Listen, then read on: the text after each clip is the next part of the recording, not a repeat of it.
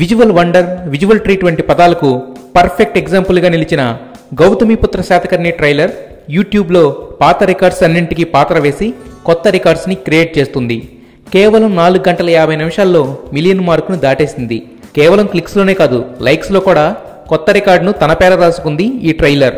కేవలం తెలుగు వాళ్ళు మాత్రమే కాదు, బాలీవుడ్ ప్రముఖులు సైతం ఈ విజువల్ గ్రాండియర్కి ఫిదా అయిపోయారు. వరల్డ్ క్లాస్ క్వాలిటీ ఉంది.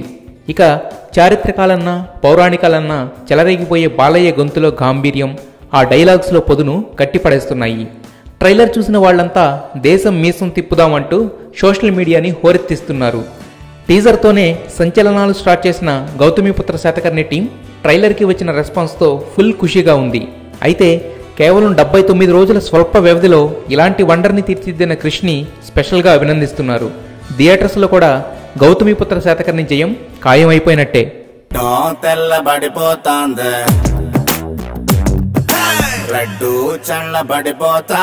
ముదులంటే నాకు చాలా అసహ్యం.